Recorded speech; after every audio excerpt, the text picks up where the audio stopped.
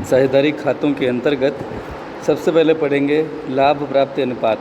कल मैंने आपको बताया था कि लाभ प्राप्ति अनुपात वह अनुपात है जिसमें बचे हुए साझेदार अवकाश ग्रहण करने वाले साझेदार के हिस्से को आपस में बांटते हैं।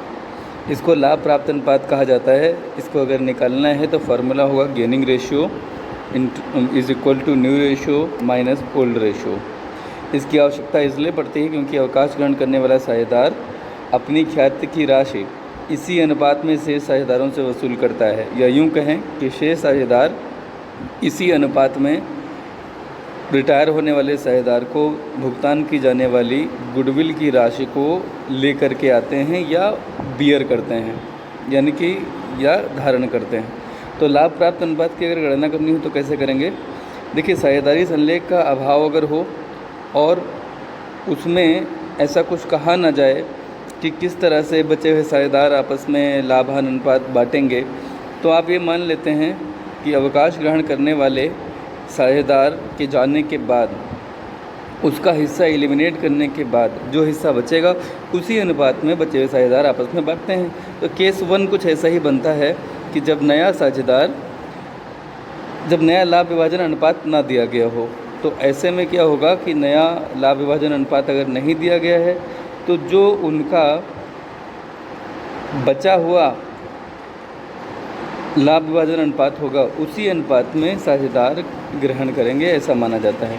तो चलिए हम उदाहरण नंबर 4 को जरा सा देखें और इससे हमें ये बात समझ में आ जाएगी। उदाहरण नंबर 4 में कहा गया है कि ABC एक फर्म में साझेदार हैं, लाभ हानि को 5:3:2 के अनुपात में बांटते हैं। लाभ प्राप्ति अनुपात की गणना कीजिए जबकि A अवकाश ग्रहण करे या B अवकाश ग्रहण करे या C अवकाश ग्रहण करे। दरअसल ये 3 केस हैं, तो ध्यान से देखिए। सबसे पहले जब A अवकाश ग्रहण करे तो क्या होगा? देखिए, new ratio of the remaining partner will be calculated by striking out the share of retiring partner. Striking out means by eliminating the share. So you can see the share of all the 3 partners was 5:3:2. Now you can see when A retires, the new ratio between B and C would be eliminate the share of A, it was 5, then what is remained is 3:2. Now when B retires, what is remained is 5:2. When C retires, the new ratio between A and B would be 5:3. तो ये आपको यहाँ तक समझ में आ गया होगा। Since the new ratio of the remaining partner is not given here in the question, so it is assumed that the remaining partners have gained in their old ratio. तो वो ओल्ड रेशियो में ही लेंगे। यहाँ पर बहुत simple सा formula है कि किसी भी साझेदार के अवकाश ग्रहण पर अगर बचे हुए साझेदारों का नया लाभ हानि अनुपात न दिया गया हो तो जो उनका नया लाभ विभाजन अनुपात आएगा वही उनका लाभ प्राप्ति अनुपात भी होगा। ये ठीक वैसे ही है जैसे एडमिशन के चैप्टर में आपने पढ़ा था कि सेक्रीफाइसिंग रेशियो क्या होगा। अगर सेक्रीफाइसिंग रेशियो में वहाँ पे जब आपने प्रवेश के समय पढ़ा था कि प्रवेश लेते समय किसी साझेदार के प्रवेश लेते समय अगर नया लाभ विभाजन अनुपात नहीं दिया गया है तो पुराने साझेदारों का सेक्रीफाइसिंग रेशियो वही होगा जो उनका ओल्ड रेशियो था। ठीक है, वैसे ही यहाँ पर उसी तर्ज पर या उसी तरीके से आप यहाँ पे कह सकते हैं कि साझेदार के अवकाश ग्रहण पर अगर नया लाभ विभाजन अनुपात न दिया गया हो तो इन दैट केस जो आपका बचे हुए साझेदारों का लाभ विभाजन अनुपात बचेगा वही उनका गेनिंग रेशियो होगा। अब दूसरा केस ये बनता है कि अगर नया लाभ विभाजन अनुपात दिया गया हो तो क्या होगा? तो उसके लिए जो फार्मूला है वो वही है कि आपको क्या करना होगा, आपको करना होगा new ratio minus old ratio और इससे आपका गेनिंग रेशियो आ जाएगा। उदाहरण नंबर 5 आपके सामने है। ABC साझेदार थे, 4:3:2 के अनुपात में लाभ हानि बांटते थे। B अवकाश ग्रहण करता है तो A तथा C का अनुपात इन्होंने दे रखा है 5:4। अब कैसे निकालेंगे लाभ प्राप्ति अनुपात यानी कि गेनिंग रेशियो? तो गेनिंग रेशियो निकालने के लिए आपको जो काम करना है वो ये कि एज गेनिंग रेशियो, इसके लिए फार्मूला क्या होगा? New ratio minus old ratio. आप यहाँ पे new share minus old share भी कह सकते हैं। ठीक है, क्योंकि ये ए का शेयर था पहले, ए का शेयर जो अभी है वो कितना है? वो है 5/9 और जो बी का शेयर है वो कितना है, ई का शेयर अभी 5/9 है, और जो बी का शेयर है वो जो ए का शेयर है वो 5/9 है, और जो इसका था वो 4/9 था। आप देख सकते हैं ऊपर 4, 3, 2 मिला के 9 बनता है, और ए का शेयर कितना था 4/9। अभी कितना हो गया 5 + 4 यानी कि 9, यानी कि 5/9। तो 5/9 नया शेयर माइनस 4/9 पुराना शेयर, और इस तरह से 1/9 इनका गेन आया ए का। सी का गेन है 2/9, इन दोनों को पास पास रखेंगे तो ए और सी का गेनिंग रेशियो 1:2 हो जाएगा। ये 2 कंडीशंस आपने पढ़ ली। पहले कंडीशन में जब नया लाभ विभाजन अनुपात ना दिया गया हो, और दूसरा जब लाभ विभाजन अनुपात दिया गया हो। तीसरा एक और भी केस है, जब शेष साझेदार विशेष अनुपात में रिटायर होने वाले साझेदार का हिस्सा ग्रहण करते हों, तो उसमें क्या बनेगा। उदाहरण नंबर 6 देखिएगा। अवनीश, संध्या और डॉली ये बिना किसी साझेदारी संलेख के साझेदार हैं।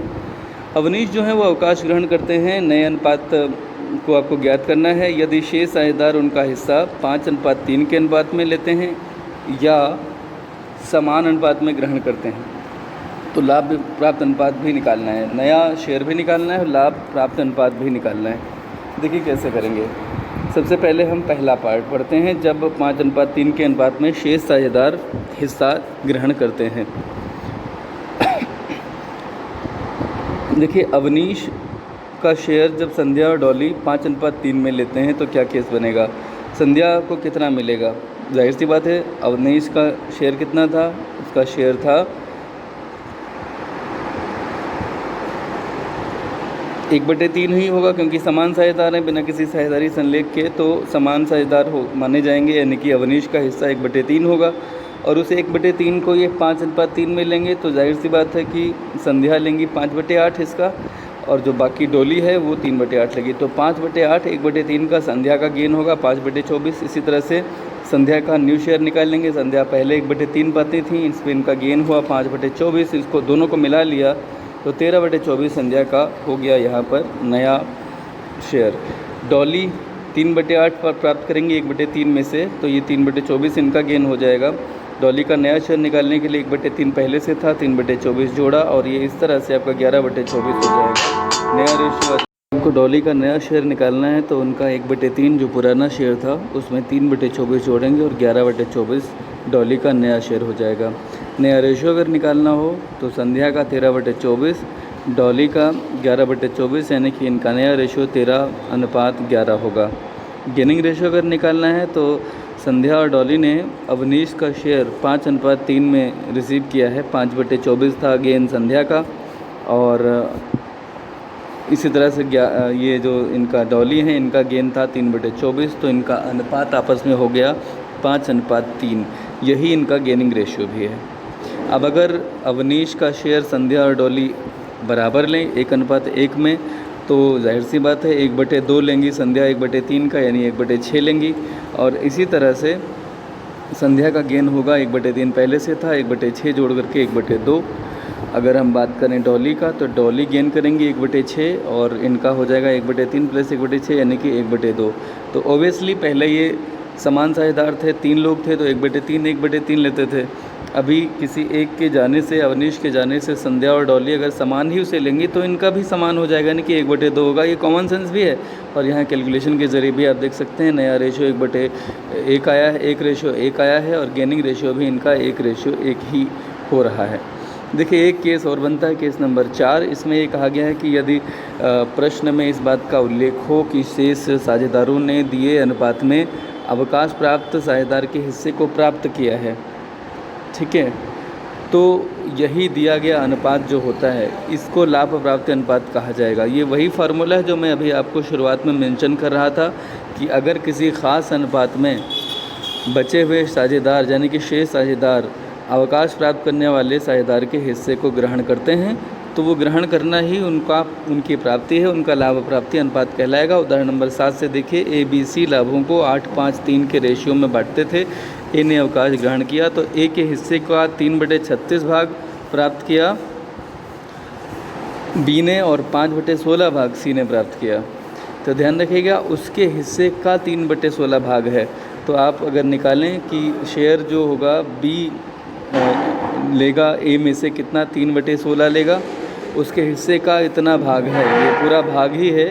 अगर आप दोनों को मिला के देखते हैं तो यहाँ पर उसके हिस्से का 3/16 भाग है और बी जो है, जो सी है, वो 5/16 प्राप्त करेगा। तो ये इनका दरअसल गेन ही है सीधे सीधे। तो यही गेन इनका जो होगा, अगर इसको एक साथ रखेंगे तो इनका गेनिंग रेशियो बन जाएगा। एक और उदाहरण नंबर 8 से इस बात को समझाने की कोशिश की गई है। देखिए ज़रा, ABC जो हैं ये लाभ हानि को 2/6, 1/2 और 1/6 में बांटते थे। ए ने अवकाश ग्रहण किया तथा अपने हिस्से के 2/3 भाग का बी के पक्ष में और शेष सी के पक्ष में त्याग दिया। तो अगर आप देखें बी का गेन क्या होगा, 2/3, अब उसके हिस्से का 2/3 ऑफ 2/6 यानी कि 2/9, ये बी का गेन होगा। बी का नया शेयर निकालना है तो ओल्ड प्लस गेन मिला लीजिए तो 13/18 आ गया। इसी तरह से सी का अगर गेन निकालना हो तो 1/3, 2/6 का 1/9 होगा और जोड़ लेंगे पुराने रेशियो में 1/9 तो 5/18 आ जाएगा।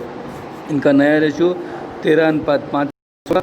और इसी तरह से आप ये कह सकते हैं कि चूँकि ए जो है ना, इसने सरेंडर किया है अपना हिस्सा 2/3 और 1/3, तो इनका जो गेनिंग रेशियो होगा वो क्या होगा, 2:1, क्योंकि चाहे ए सरेंडर करे बी और सी में, चाहे बी और सी लें ए से, दोनों का मतलब सेम है। ठीक है, एक उदाहरण नंबर 9 भी है, जल्दी से इसे देख लेते हैं और ये बात पूरी करते हैं। ABCD लाभ हानि को 2, 1, 3, 4 में बांटते हैं। बी ने अवकाश ग्रहण किया। ए तथा सी ने 4:1 के अनुपात में ग्रहण किया। देखिए ध्यान दीजिएगा, केवल ए और सी ने ग्रहण किया है, यहाँ डी ग्रहण नहीं कर रहे हैं, डी अनअफेक्टेड है। तो बी का शेयर जो है वो ए और सी में ही केवल बटेगा 4:1 में। तो आप निकाल लीजिए 4/5 ए लेंगे, किसके शेयर का लेंगे, बी के शेयर का। बी का शेयर कितना था, अगर आप देखें बी का शेयर था 2:1:3:4 में, बी का शेयर था 1/10। तो 1/10 का 4/5 ए गेन करेंगे, ये होगा 4/50। ए का नया हिस्सा निकालना है तो old share of A plus gain, और इस तरह से 14/50 हो जाएगा। सी का गेन अगर निकालना है तो 1/5, 1/10 का 1/50 होगा, ओल्ड रेशियो प्लस गेन 16/50। तो इस तरह से आप देख सकते हैं डी जो हैं उनका शेयर जो होगा दैट विल रिमेन सेम, क्योंकि ना तो वो कुछ ले रहे हैं ना उनका कुछ हिस्सा जा रहा है। तो न्यू रेशियो क्या होगा, ACD बचेंगे। ए का 14/50, सी का 16/50 और डी का जितना था उतना ही है। इसको भी 50 डिनोमिनेटर करने के लिए ऊपर नीचे 5 से मल्टीप्लाई कर लीजिए तो ये 14, 16 और 20 आ जाएगा। इस तरह से इनका अनुपात 7:8:10 हुआ। त्याग अनुपात जो आपने पढ़ा था एडमिशन के चैप्टर में और लाभ प्राप्त अनुपात जो आपने अवकाश ग्रहण में पढ़ा, इनके बीच में क्या अंतर है, ये आज का थ्योरी टॉपिक है। ये आपको इतना आज यहाँ से करना है। आप सभी का